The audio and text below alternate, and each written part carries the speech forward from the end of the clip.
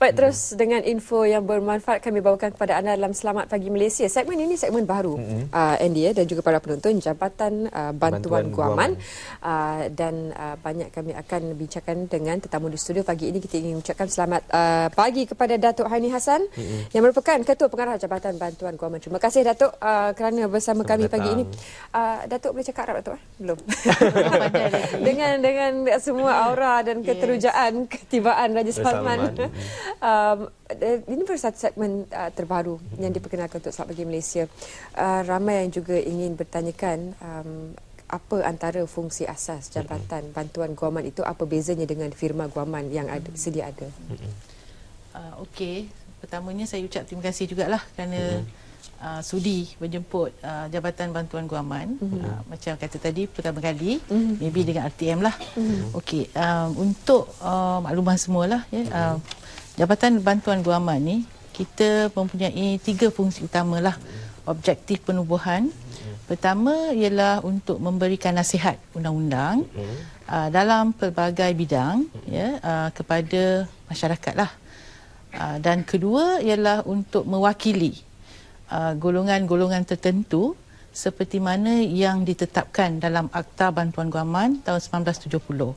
Dan ketiga, merupakan fungsi kami untuk menjalankan prosedur mediasi apabila sesuatu tindakan mahkamah itu telah pun difailkan di dalam Jabatan Bantuan Guaman.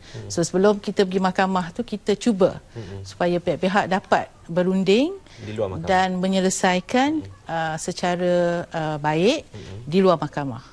Baik, kalau tadi Datuk dah maklumkan bahawa Jabatan Bantuan Guaman ini memberi nasihat dan juga bantuan guaman. Untuk kes-kes seperti apa saja yang boleh dibantu oleh Jabatan Bantuan Guaman? Kalau tadi boleh pelbagai bidang, mungkin sivil dan juga syariah. Betul. Kalau nasihat, kita boleh beri nasihat pada semua perkara. Jadi hanya yang terhad tu kalau kita nak mewakili. Kalau nasihat tu semua perkara. So kebanyakannya tu kita akan dapatlah, ya, daripada orang ramai tu biasanya perkara-perkara yang melibatkan kekeluargaan, termasuklah syariah dan sivil. Dan juga kalau yang sivil biasa tu kita ada kes kemalangan, kes sewa dan sebagainya lah. Siapa yang boleh tampil untuk mendapatkan khidmat bantuan dari jabatan ini? Kalau kita kata bantuan ni, saya zoom in kepada yang kita wakili lah. Sebab saya dah kata tadi, kalau nasihat semua. Tapi kalau yang kita mewakili, kita ada 2 kategori penting lah yang layak menerima bantuan. Pertama, mereka yang mempunyai sumber keuangan, bukan gaji, ya, sumber keuangan di bawah RM25,000 setahun, ya. So jadi dalam kategori ini mereka boleh diberikan bantuan guaman seperti kita wakili mereka di mahkamah tanpa dikenakan sebarang bayaran sumbangan. Pro bono? Tidak pro bono. Tidak pro bono tapi juga? Kita, ya. Cuma kalau macam kita engage lawyer di luar, kita perlu bayar kos dan sebagainya, kan. Jadi kadang-kadang dia boleh mencecah sampai RM5,000-6,000. Tapi kalau di Bantuan Guaman, Jabatan Bantuan Guaman melalui kami, kita tidak mengenakan bayaran tersebut. Jadi kita hanya buka file tu, kita panggil fee pendaftaran RM2 dan sumbangan tu tidak dikenakan. Itu yang sumber kewangannya RM25,000 ke bawah setahun. Bagi kumpulan yang sumber kewangannya adalah melebihi RM25,000 tetapi tidak lebih RM30,000 setahun, yang itu dikenakan sumbangan. Tapi sumbangan kami tak mahal lah. Sumbangan kita hanya RM300. Ini sekaligus dapat memastikan walaupun mereka yang berpendapatan rendah tetap mendapat pembelaan dalam masalah mereka, Datuk, ya?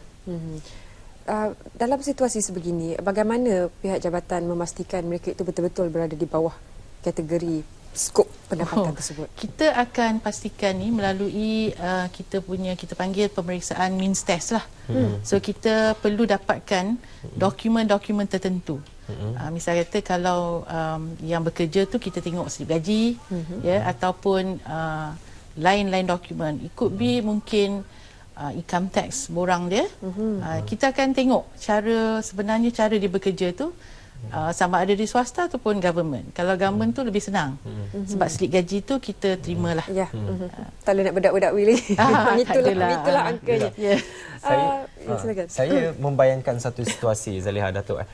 Kalaulah contoh seorang suami dan isteri ini berlaku pertikaian atau perbelahan antara kedua-duanya, adakah kemungkinan untuk kedua-duanya mendapatkan khidmat daripada Jabatan Guaman ataupun cuma salah satu daripada mereka saja yang boleh? Satu soalan yang biasa orang tanyalah. Kalau kedua-dua ni bila kita buat dia punya penilaian, mereka layak untuk mendapat bantuan guaman, apa yang kami akan buat ialah kita akan melantik peguam luar. So kedua-dua tu akan diwakili oleh peguam yang dilantik oleh Jabatan Bantuan Guaman. Sebab kita tak boleh wakil satu dan wakil kedua-dua, kita tak boleh. Jadi kita akan melantik firma guam dari luar untuk mewakili seorang di pihak isteri dan seorang lagi di pihak suami. Dan bayaran peguam ini juga akan dibayar oleh Jabatan Bantuan Guaman melalui kita punya peraturan. Jadi bayaran tersebut adalah dikawal oleh peraturan tersebut. Macam tadi Datuk sendiri ada cakap kalau Jabatan Bantuan Guaman ini berusaha untuk menyelesaikan masalah ataupun kes-kes ini, selagi boleh kita selesaikan di luar mahkamah, kita cuba selesaikan di luar mahkamah. Apa sebenarnya mungkin proses atau perkara-perkara yang diambil kira dilakukan dalam proses luar mahkamah tu, cara-caranya, pendekatannya? Sebab saya sebut mula tadi, antara kita punya fungsi yang 3 tu adalah mediasi. So mediasi ni sebelum kita pergi perbicaraan di mahkamah, kita akan panggil kedua-dua pihak ni dan kita akan tanya pada mereka sama ada mereka bersetuju untuk melalui proses mediasi. So kalau kedua-dua bersetuju, kita akan minta mereka tanda tangan borang persetujuan terlebih dahulu dan kemudian kita akan tetapkan tarikh untuk perbincangan yang kita panggil sesi mediasi itulah. So di situ kita akan cuba merundingkan kita akan tanya satu pihak apakah dia punya permintaan dan pihak yang satu lagi sama ada mereka bersetuju dan juga hak-hak mereka kita akan ambil kira lah. So it depends, sebenarnya dia bergantung pada pihak-pihak. Kita hanya mediate, kita tak pernah paksa.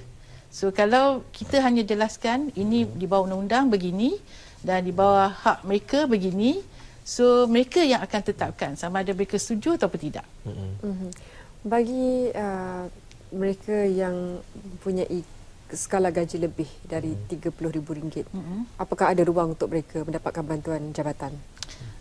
Kita ada peruntukan untuk mendapatkan kelulusan daripada menteri, tapi dia juga tertakluk kepada beberapa perkara yang perlu dipatuhi oleh pihak-pihak tersebutlah. Antaranya kita kena lihat dia punya subject matter. Kalau subject matter itu kita merasakan bahawa dia adalah merupakan satu perkara yang perlu dibawa, sekiranya tidak dibawa boleh mendatangkan keburukan kepada pihak tersebut ataupun ada perkara-perkara lain yang akan menyusahkan, menyulitkan pemohon tersebut, kita akan kemukakan permohonan tersebut kepada menteri untuk mendapat kelulusan. Jadi ia bukan national interest mata-mata, maknanya bukan kes-kes awam. Bukan. Maknanya kes-kes persendirian juga. Kes persendirian pun ada. Macam saya kata tadilah kekeluargaan, tapi kita akan pertimbangkan sebab kita kena berlaku adil lah. Sebab kalau kita kata semua kes individual, kita boleh bayangkanlah dalam satu Malaysia ni kan. Jadi kita memang boleh, tapi kita ada kriteria yang ketat lah untuk kita patuhi. Di laman web rasmi tadi juga ada diletakkan satu feature ataupun satu ciri dalam laman web tersebut untuk mendapatkan panel peguam secara dalam atas talian online. Feature itu ataupun ciri itu bagaimana pula, Datuk? Yang atas talian untuk panel peguam tu sebenarnya untuk peguam memohon pada kita untuk menjadi panel di bawah JBG. So peguam-peguam yang berminat untuk menjadi peguam panel, dia boleh melihat pada laman web dan dia buat permohonan. Kelayakannya, Datuk? Kita biasanya peguam-peguam kita galakkan untuk jadi peguam panel. So kita tak adalah kelayakan yang spesifik, ya, asalkan dia berdaftar, dia ada lisens, Lulus biasanya sorry, lulus bar exam. ya, sebenarnya kita tengok pada dia punya lesen guaman. So kalau dia ada lesen guaman, biasanya kita tak ada masalah. Dan mereka juga kita akan beri peluang untuk mereka menentukan bidang undang-undang yang mereka hendak beramal. JBG dari tahun 1970 telah ada, kalau menurut pembacaan saya sendiri. Apa saja pembaharuan atau transformasi yang dilakukan dari dulu sehingga ke sekarang ini? Pasti cabarannya juga berbeza. Mungkin Datuk boleh kongsikan juga. Ya, kalau kita lihat daripada permulaan, JBG dulu kita panggil biro. Sebab itu saya rasa ramai orang tak kenal JBG, tapi bila sebut biro dia tahu. Kalau daripada penubuhan asal, sememangnya tujuannya adalah untuk kebanyakan hal-hal kekeluargaan. Tapi selepas kita berkembang dari tahun ke tahun, kita dapati banyak isu juga yang timbul lah. Sebab itu sekarang kalau kita lihat, dulu kita bermula dengan hak nafkah, jagaan anak, wanita dan sebagainya. Sekarang ni kita dah banyak jugalah macam penyewaan, consumer kita ada, termasuk kemalangan. Jadi sebenarnya memang banyak cabaran lah. Kita akan sentiasa mengikuti perkembangan semasa dan kita lihat di mana yang perlu sebenarnya dibantu oleh JBG. Ada atau tidak inisiatif untuk mendepani cabaran ini? Mungkin konvensyen yang dilakukan bersama negara-negara luar yang diadakan setiap tahun, ada atau tidak? Macam dah tahu je. Sebenarnya memang ada cadangan kita untuk mengadakan konvensyen. Kita merancang untuk mengadakan konvensyen Jabatan Bantuan Guaman insya-Allah pada bulan Mei. Jadi yang ini belum lagi kita muktamadkan.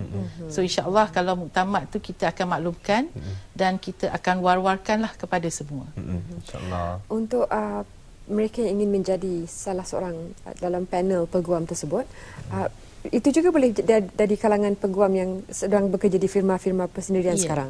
Juga mereka boleh pakai dua topi ni lah, Datuk. Sebenarnya peguam panel yang saya masukkan adalah firma guaman. Dalam firma itu sendiri? Yes. So firma guaman tu mana-mana pengamalnya, peguam yang berdaftar, mereka berminat untuk menjadi peguam panel, mereka boleh memohon. Dan untuk JBG sebenarnya kita juga ada peguam yang kita panggil in-house peguam lah. Kami ada dalam 82 orang.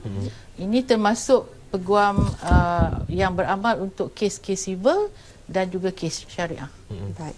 Ada semua cawangannya JBG ini di seluruh negara? Ada. Kita ada 22 cawangan dan 1 cawangan ibu pejabat di Putrajaya. Di Putrajaya, baik.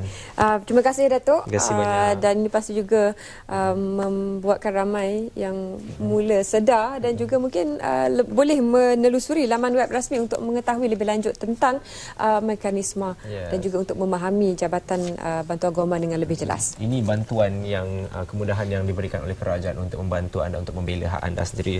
Laman web Jabatan Bantuan Guaman. Terima kasih sekali lagi, Datuk. Selamat